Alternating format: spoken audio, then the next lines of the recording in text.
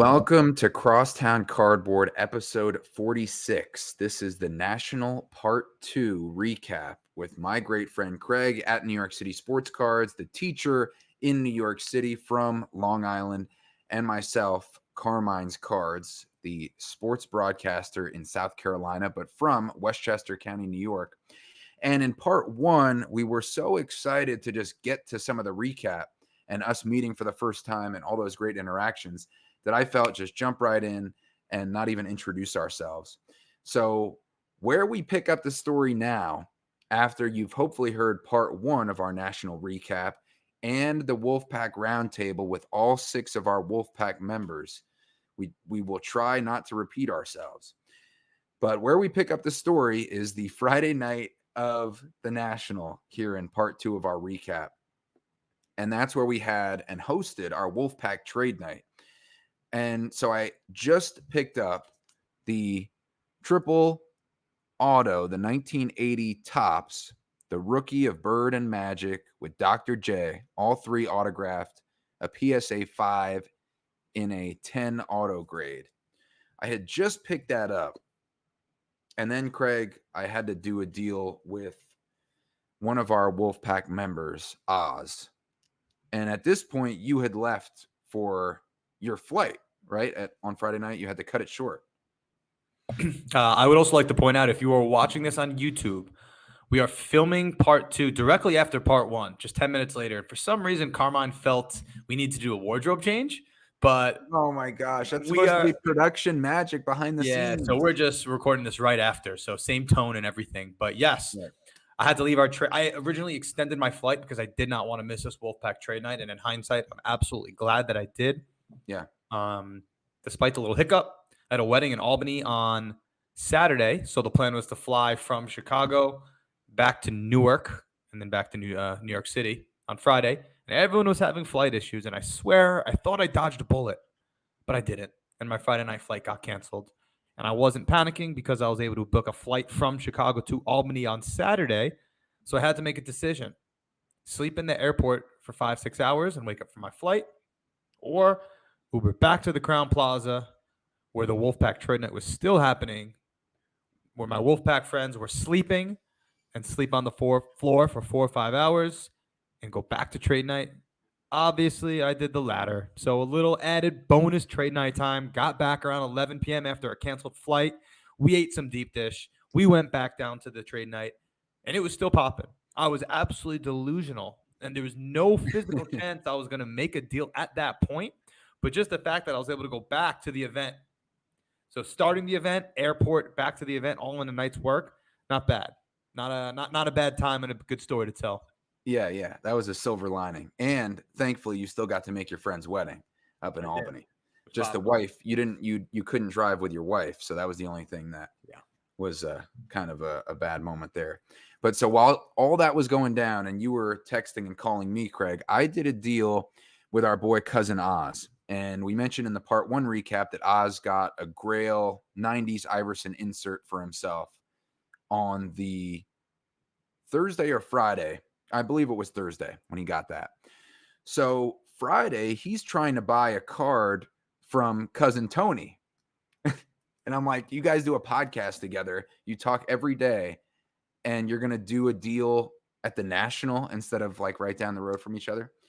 But anyway, it was because Oz needed to raise enough money to buy the card from Tony, which was a PSA 10 Allen Iverson Dunkin' Go Nuts. And still clear, not with the yellowing. So it was great condition that Tony had it in. Only a pop 20. So Oz needed to raise around $1,000 to get that. And after I did the deal for the triple auto that I got at our WolfPack trade night, I went over to Oz and he's like so happy for me and everything. And I'm like, how much money do you need? Like, we're all rooting for each other, which was a great part of this whole thing too. I'm like, how much more money do you need to get the Dunkin' Go Nuts from Tony? He's like, $60. And I'm like, and he still had cards left to buy. I'm like, do you still have that Tiger rookie? And I'm like, I'm about to get it over the hump for you. And he's like, yeah, just give me 100. I was like, 90. He was like, deal. So I got this Tiger upper deck rookie auto, the iconic pose of him pointing at the hole. And it's a BGS 9.5 True Gem these have come down crazily in the last year in value. I remember this being a $400 card about a year ago, I think, and now it's just over $100. So I got that, put him over the top, and then he ended up getting the Dunkin' Go Nuts Iverson PSA 10 from Tony, but not until we went and got deep dish pizza at Pequod's near actual Chicago itself, because Rosemont is about 30, 45 minutes away. And they did the deal like a couple Italian mob bosses at the deep dish pizza joint, money for card. Yeah. So then when you got there, Craig, back to Friday night, we had our delivered deep dish, all 6 of us in the room hanging out, Ken, the cousins, me, you, Big Rob. And we go back down to the trade night, and I see this card, this Phil Knight, and it's custom in the 1986 Fleer border, the iconic Jordan rookie. And it's autographed, and it's authenticated by PSA. And I see this kid has the card, and I'm like, how much do you want for it? He's like, $150. I look up the comp. The last one was like $80. I'm like, oh boy. I'm like, but I really want this card because I got the other Phil Knight that I'm showing here, another custom card that's autographed with the Jordan 1. And I'm like, this would be great to add 2 custom Phil Knight autos right near Chicago. Do you think anyone at the show picked up more Phil Knight autographs than you did? Probably not, because there weren't hardly, these were like the only 2 I saw. So I'm like, I could do a little bit because I was paying over comps all show for stuff that I got. I'm like, I can do, like 100 on this $80 last comp, but I don't want to be too much more than that. Like, I feel like that's a very strong offer if you're trying to sell it. 25% over comps.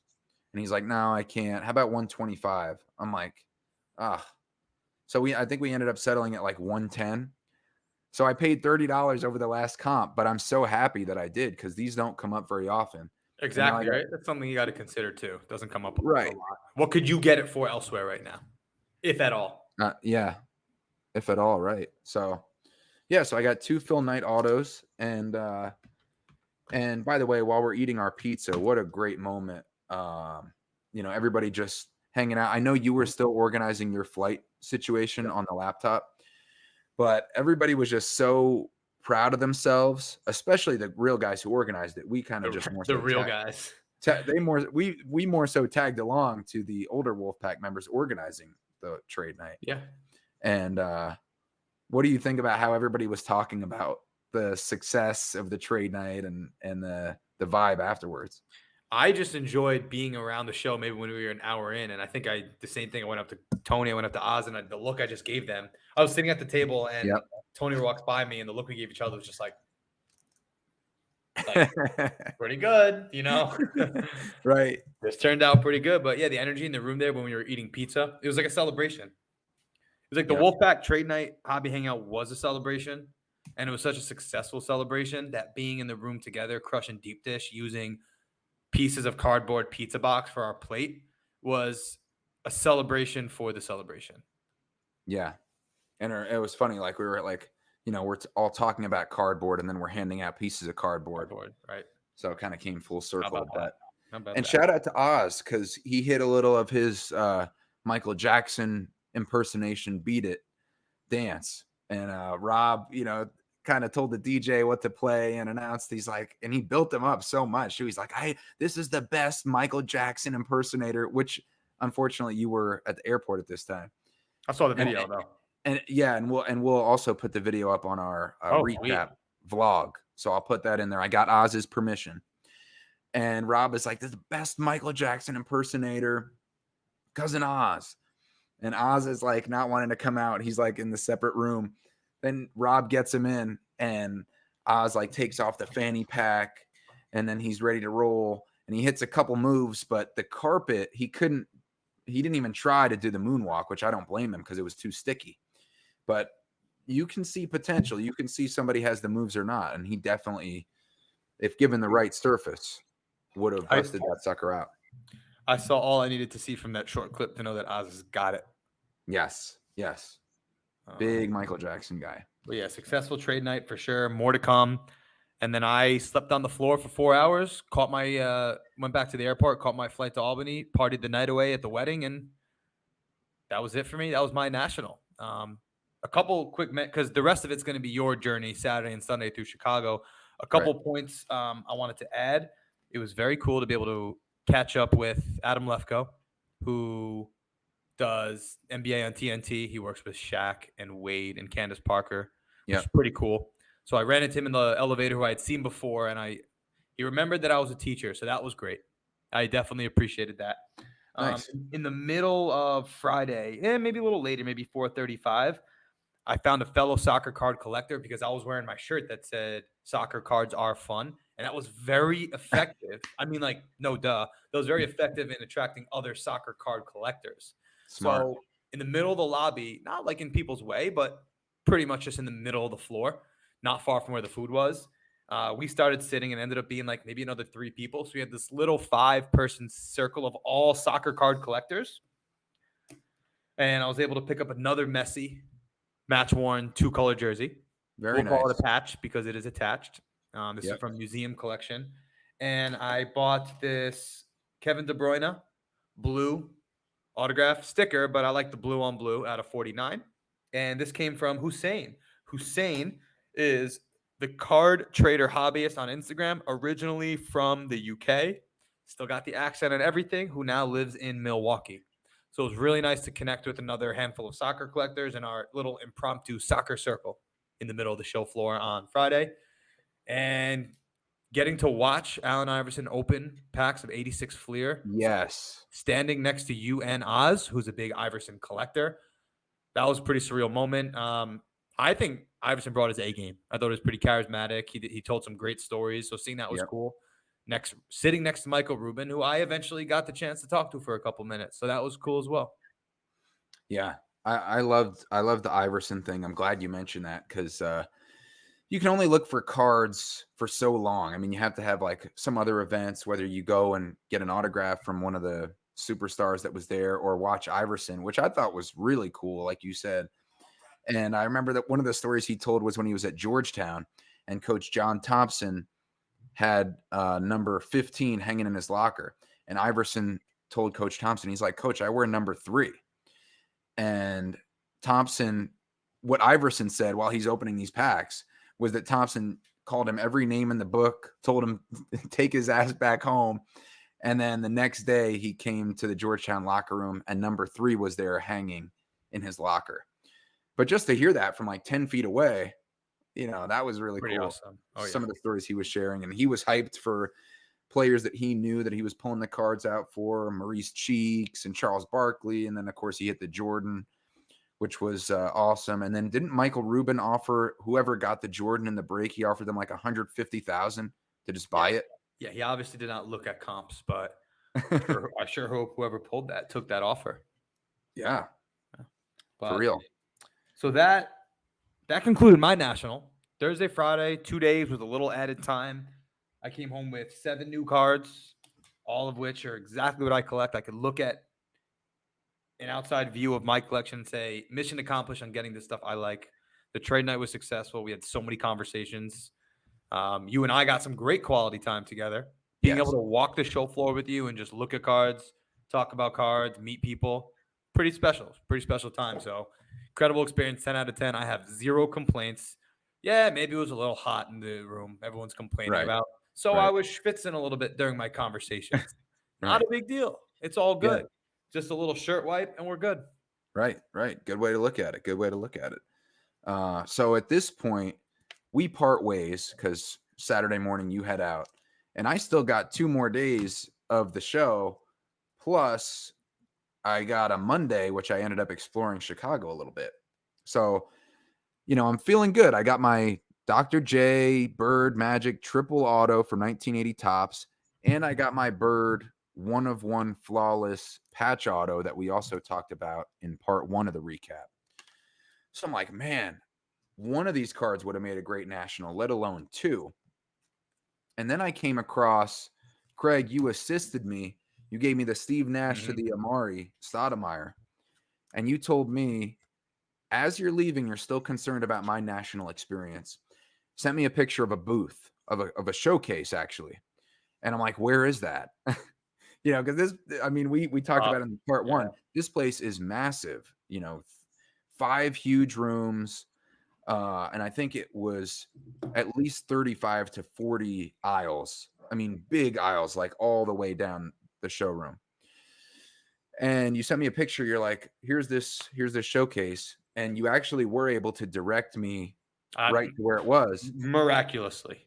Yeah, and a couple landmarks, and I found it, and I start talking to the guy. Look at this one card catches my eye in particular, and it was a Bird Magic dual auto, which clearly I'm holding the card. We made a deal on it. It's an homage to their NCAA championship showdown in 1979. Still the most watched final game ever. Wow. Can you believe that? What set is that from? 40 years ago. It's SP Authentic, and it's called Final Floor Dual So that's Signature. got to be SP Authentic. It's got to be like 2013, 14 around there. Yeah, you know your stuff. It's 2012, 13. Okay, nice. So they both autographed it on a piece of the hardwood court. It's a manufactured court, but in the middle it says 1979 NCAA Basketball Championship, Salt Lake City, Utah. What'd that run you? He asked for $1,000. I was like, what's your value? Say. What's your value on this? He's like, I don't know. There's no sales. And I'm like, yeah, I don't know how. I looked it up. The closest, most recent sale I could find, at least on Card Ladder, was 2017. Wow. For this card. What's the number? And it was like 210 is what it sold for back then. So, make up your price after the pandemic boom. It's not numbered. Interesting. It's not numbered. It's just apparently a super short print. Very cool. And so I pulled that one out, and the guy was very nice from the Boston area. He's like, yeah, I bought a guy's collection a while back for 400 to 450 different Larry Bird cards. And he's like, logo men. He's like, one of ones, logo men. This guy had an insane collection. I'm like, wow. And there were only like 20 bird-oriented cards left. And I'm like, you open to trade? Because at this point, I'm rolling. I'm like much more confident coming off this $3,500 to $4,500 trade for this triple rookie auto of Bird, Magic, and Dr. J. I'm feeling good. I made some big trades. My one of one Bird was $4,700 of trade, $300 of cash. So I pull out some of the stuff I have. He liked the Patrick Ewing auto that you were interested in possibly getting off me. I think it was SP Signatures, like 2003, 04. Mm-hmm. And so he only pulled that one out of like a stack of 20 that I had. I had a few in my bag just in case I had to sweeten the pot a little bit. So he just happened to be from the Boston area. I pulled out this Bob Cousy auto, put it on the table. I'm like, does this interest you too? To go along with the Patrick Ewing. And he's like, oh, where do you have them valued? I'm like, around 500 each. Here's the last ones out of 49 for Cousy. They're like 250. So I figured this one out of 10 would be around 500. So he's dealing with a couple other people. Like he has a decent number of people at his booth. And which, by the way, apparently this was the most attended national of all time, more than 100,000 people, I heard. So congrats to the hobby. You can tell. And there were a lot of people at his booth. So he's talking to them. My offer's on the table. You know what I mean? These two for this Bird Magic straight up. So eventually he comes back to me and he's looking at the cards and, he's like, you know what? You waited so patiently and, you've just been nice and fair throughout this process. You got a deal. And I was like, awesome that paid off to, just try to be nice. I mean, try to get this card, try to be nice.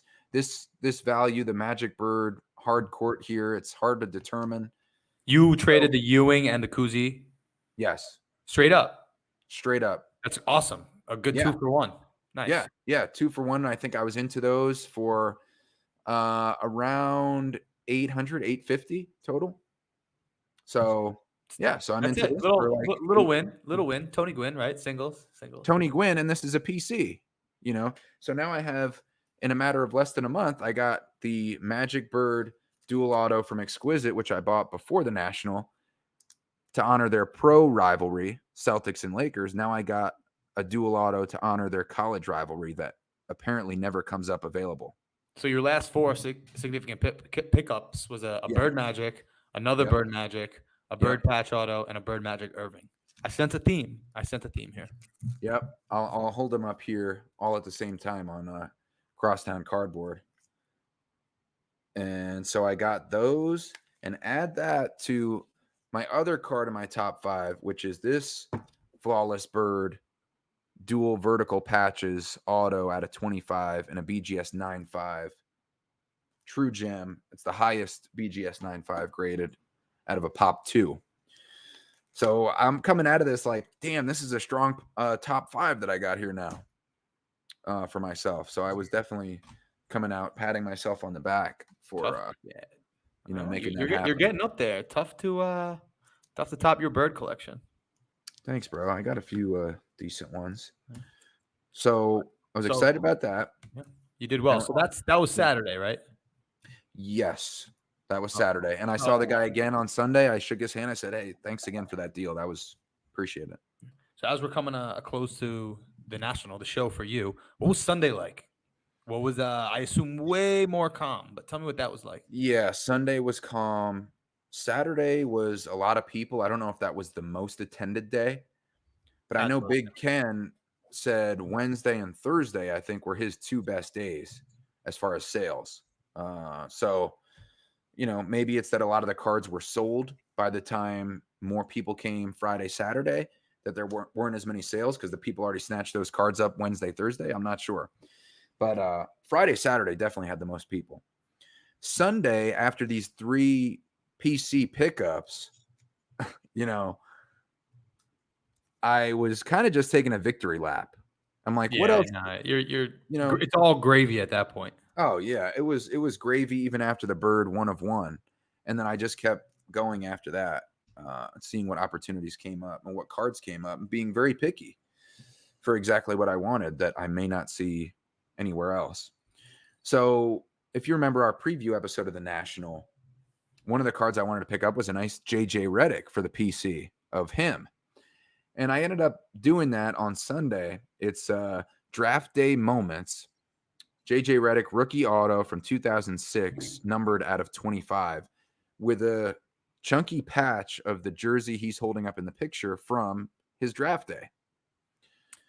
So that's when we looked at. Did we not look at that one together the first day? We did. Pretty early on. Okay, I thought so. Yes, when we were looking together, which was a lot of fun when we did that, going around the show floor, and we saw this one. And the husband and wife who were selling, they also had a Jeremy Lin rookie ticket auto. But it was the Warriors. Yeah, from the Warriors. And we were talking about, we wanted a Knicks card of him for our team and the moment when Linsanity happened. So maybe we'll get one day. But they were asking 150 on this, numbered out of 25. The comps out of 10 were like 50 and 70. Can I guess? So you probably paid 40. No, I showed them like what the comps were, and they're like, yeah, I know, but this one has the chunky patch. It has the 1 patch window instead of the 2, which I also like more. I like the 1 patch window. So they're like, the best we can do is 25% off of 150, which puts me way over the comps, So I walk away. I look at the comps. I look at how many are available on eBay.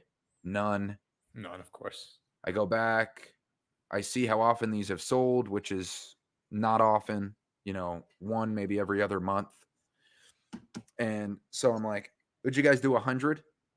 I'm like, I pull up the comps out of 10 again. I'm like, that's quite a bit over the out of 10 comps. I'm willing to pay 100. They're like, so the daughter, who apparently calls the shots, even though the husband and wife are the main ones, they like consult the daughter. She looks at it. She looks and she's like, would you do 110? And I start laughing. Like the parents have like this wry smile on their face too, because they know that she's driving a hard bargain, given the comps out of 10 being much lower than out of 25. And I'm like, you know what? These people were nice to me all weekend. I stopped at their booth every single day. I was like, deal. So I got this for 110. Nice. Very and nice. that fulfilled my JJ PC piece that I wanted to pick up. Fits perfectly into your collection. Yep. So now I have like 10 JJ cards. And then I was walking around just kind of like enjoying the day. I had made notes of cards that I was interested in that were at other booths, but I didn't have much cash left at the time. I think I only had like 900, 1,000 left. And I brought 3,000 to the show after my exquisite dual auto pickup, which drained me another 3,000 before the national. So I'm like, I got this $800,000. I'm like, I could get something cool for that if the right thing comes up.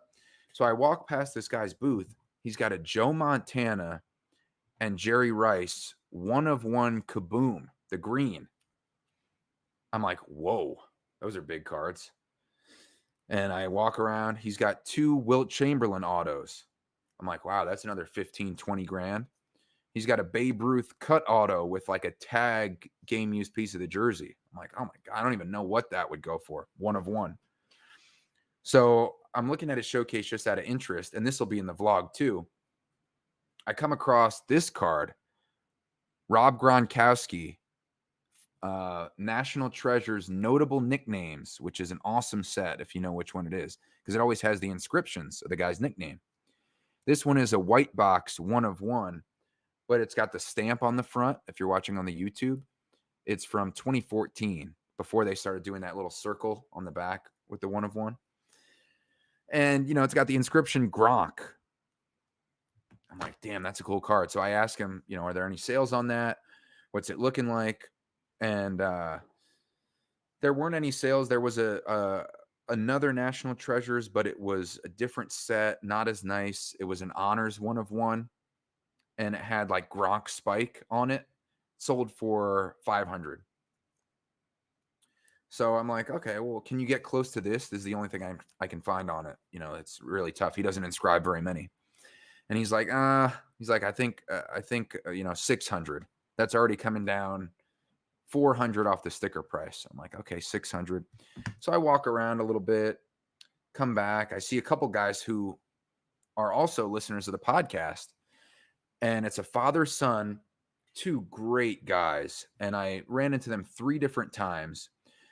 The dad is with the son, who's probably about 16. Such a nice guy.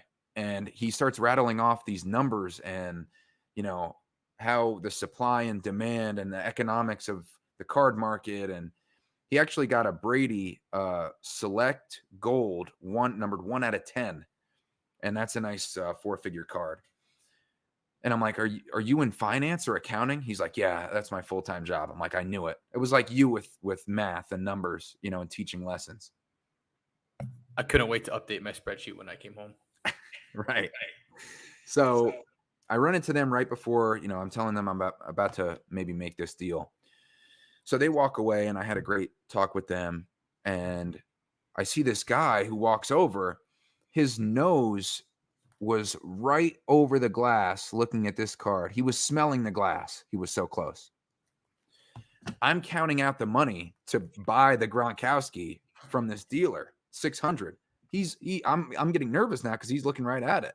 I'm like, oh no, not right now. Not right now. I want this card now. So I put the 600 in the guy's face. I'm like, you got a deal. The guy to the left of me is like, which card are you getting? As the dealer's opening the case, I'm like, oh, I just bought the Gronkowski. He's like, damn, I've been looking for a Gronkowski. I'm like, oh my gosh, perfect timing to get it right before this guy, because he might have made a strong offer on a card like this. So I ended up coming away with this Gronk inscription, white box 1-of-1 National Treasures. Paid 600, which I feel is pretty fair. And really after that, I think that was my last move. And that was a nice way to top it off. Get a little football in there because mix it up. All my other pickups were hoops pretty much. So yeah. So we're good. And you had a full week in Chicago.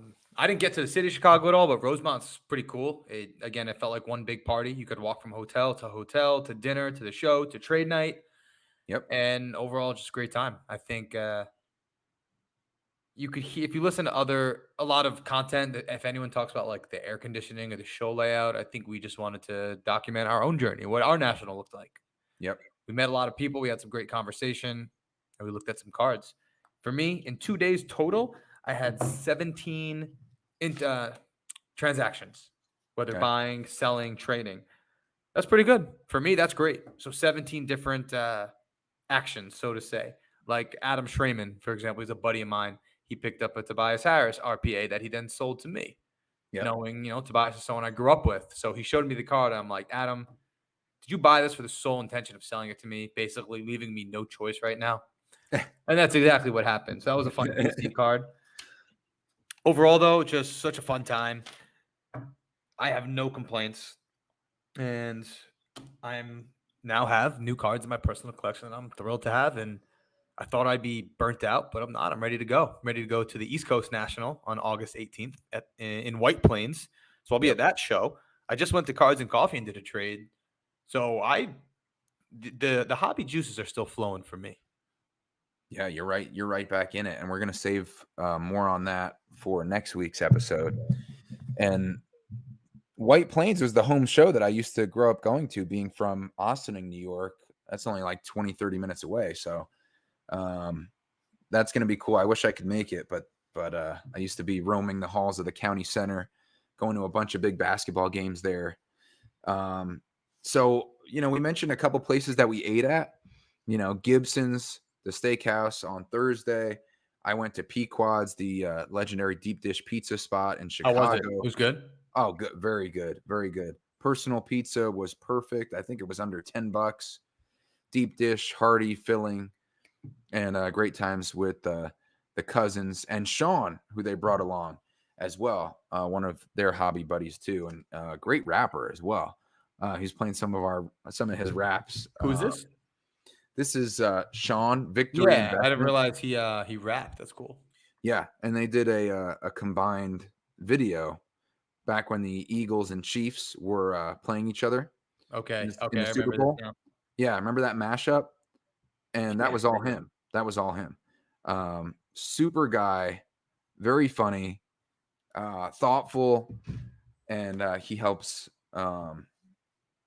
people who need help in the Kansas City area. So, awesome guy, and it makes sense that his career would be reflected in that type of work. So that was really cool. That was Saturday for lunchtime, and then the reason I'm bringing it up again is because Sunday, me and Big Ken were the only two WolfPack members left standing. We made reservations for Carmine's. Yes, we went to Carmine's, which was the first time I've ever been to a Carmine's. What'd you get? I got the chicken franchise in the lemon sauce with the pasta on the side. Oh, it was buttery. It was chef's kiss. And Ken got another steak, which he said was not quite as good as Gibson's, which, makes sense. Gibson's is a steakhouse, Carmine's Italian family style. So we got the Brussels sprouts again with the bacon, like we got at Gibson's.